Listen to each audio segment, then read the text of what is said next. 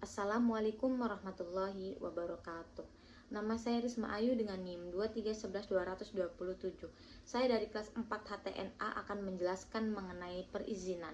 Nah, perizinan merupakan salah satu instrumen penting dalam hukum administrasi negara yang berkaitan langsung dengan hubungan antara negara melalui administrasi pemerintahan dan warga negara atau badan hukum. Nah, perlu kita ketahui bahwasanya izin atau biasa disebut sebagai vergunning adalah suatu persetujuan dari penguasa berdasarkan undang-undang atau peraturan pemerintah untuk dalam keadaan tertentu menyimpang dari ketentuan-ketentuan larangan peraturan perundang-undangan. Jadi izin itu pada prinsipnya adalah sebagai dispensasi atau pelepasan atau bisa disebut pembebasan dari suatu larangan.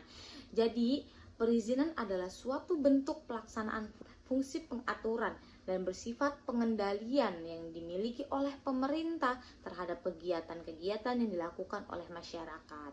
Perizinan ini dapat berbentuk pendaftaran, rekomendasi, sertifikat, penentuan kuota dan izin untuk melakukan suatu usaha yang biasanya harus dimiliki atau diperoleh oleh suatu organisasi perusahaan atau bisa juga dimiliki oleh seseorang sebelum yang bersangkutan dapat melakukan suatu kegiatan.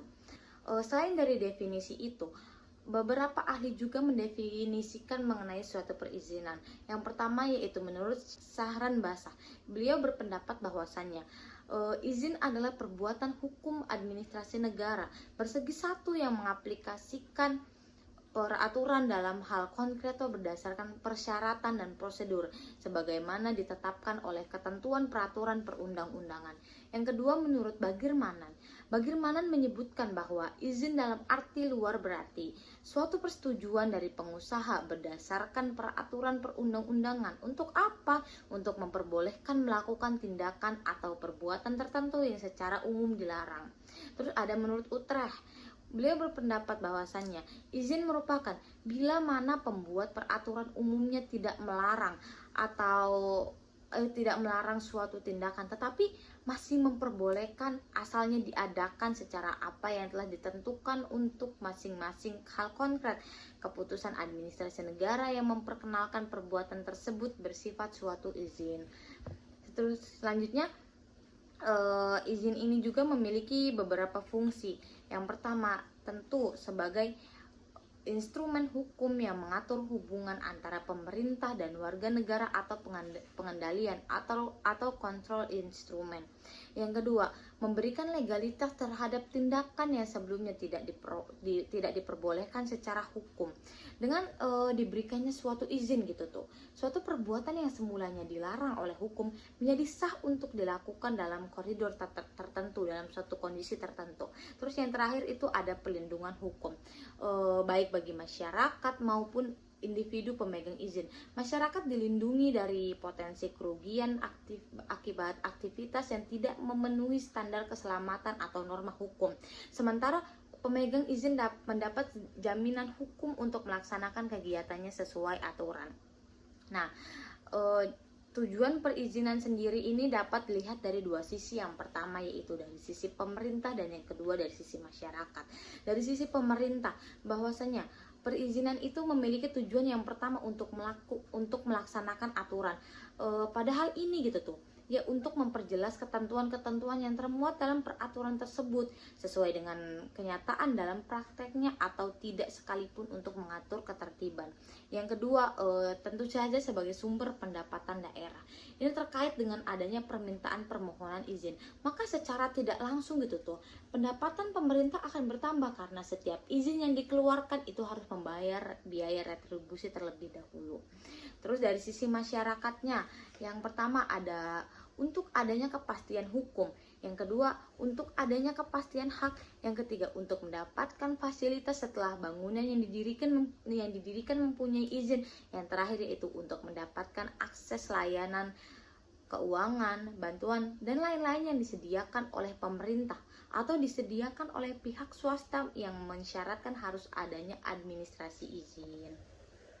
Nah, selain memiliki tujuan, izin juga memiliki bentuk dan macam-macamnya. kita berbicara mengenai bentuk izin terlebih dahulu. Nah, bentuk izin ini dibagi menjadi 3, ada lisensi, konsensi, serta ada dispensasi. Nah, yang pertama itu lisensi. Lisensi itu apa? Lisensi adalah suatu izin yang memberikan hak untuk menyelenggarakan suatu perusahaan. Lisensi ini merupakan bentuk izin tertulis gitu tuh dari pejabat atau administrasi negara yang berwenang, yang diberikan kepada warga negara atau badan hukum untuk melakukan suatu perbuatan atau kegiatan tertentu yang sebelumnya dilarang oleh hukum, sepanjang perbuatan ini tuh memenuhi syarat-syarat yang telah ditentukan.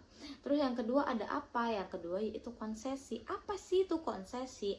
Konsesi merupakan suatu izin yang berhubungan dengan pekerjaan yang besar, di mana di dalamnya terdapat kepentingan umum yang terlibat sangat erat sekali, sehingga tugas itu merupakan tugas dari pemerintah, tetapi oleh pemerintah itu diberikan hak penyelenggaraannya kepada konsesionaris atau pemegang izin yang bukan dari pejabat pemerintah. Terus yang terakhir itu ada dispensasi. Dispensasi seperti yang kita ketahui bahwasanya kayak dispen tuh merupakan pernyataan dari seorang pejabat administrasi yang berwenang bahwa terhadap suatu ketentuan undang-undang tertentu memang tidak berlaku lagi bagi kasus yang diajukan seseorang di dalam surat permintaannya. Jadi dispensasi itu merupakan pengecualian gitu tuh. Pengecualian dari apa? Pengecualian dari yang diberikan oleh pejabat administrasi negara kepada seseorang atau kelompok dari kewajiban hukum atau aturan hukum yang berlaku karena adanya alasan tertentu. Terus juga izin ini bisa berbentuk lisan dan juga bisa berbentuk tulis. Yang pertama itu izin dalam bentuk lisan. Izin dalam bentuk lisan ini merupakan bentuk persetujuan yang diberikan secara verbal, secara omongan oleh pejabat yang berwenang tanpa dituangkan dalam bentuk dokumen resmi. Biasanya tuh digunakan dalam keadaan mendesak gitu tuh, karena umumnya perizinan itu berbentuk secara tertulis. Terus yang kedua itu tentu saja izin secara tertulis. Izin secara tertulis ini diberikan melalui dokumen resmi yang ditandatangani oleh pejabat yang berwenang dan seringkali dilampiri ketentuan dan batasan tertentu. Izin ini tuh memberikan kepastian hukum yang lebih besar daripada izin dalam bentuk lisan.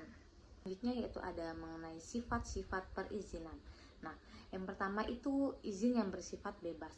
Terus izin yang bersifat bebas ini merupakan izin yang dalam penerbitannya itu tidak terikat pada aturan dan hukum tertulis, serta organ yang berwenang dalam izin memiliki pengaruh kebebasan yang besar dalam memutuskan pemberian izin.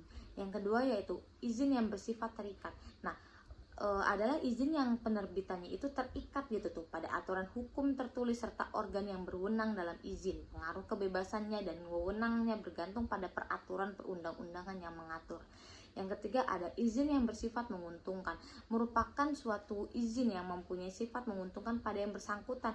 Contohnya kayak SIM. Yang selanjutnya yaitu izin yang bersifat memberatkan. Merupakan izin yang mengandung unsur-unsur yang memberatkan dalam bentuk ketentuan-ketentuan yang berkaitan kepadanya. Selanjutnya ada izin yang segera berakhir. Merupakan izin yang menyangkut tindakan-tindakan yang segera atau akan berakhir gitu tuh. Masa berlakunya yang atau juga disebut memiliki sifat pendek. Terus ada izin yang berlangsung lama. Ini menyangkut tindakan-tindakan yang berakhirnya atau masa berlakunya relatif lama. Ada izin bersifat pribadi, misalnya izin yang isinya tergantung pada sifat pribadi dan pemohon izin. Yang terakhir ada izin yang bersifat kebendaan, izin yang tergantung pada sifat dan objek izin, misalnya HO, situ. Baik, cukup sekian dari saya terkait pemaparan materi mengenai suatu perizinan dalam hukum administrasi negara. Kurang lebihnya mohon maaf. Wassalamualaikum warahmatullahi wabarakatuh.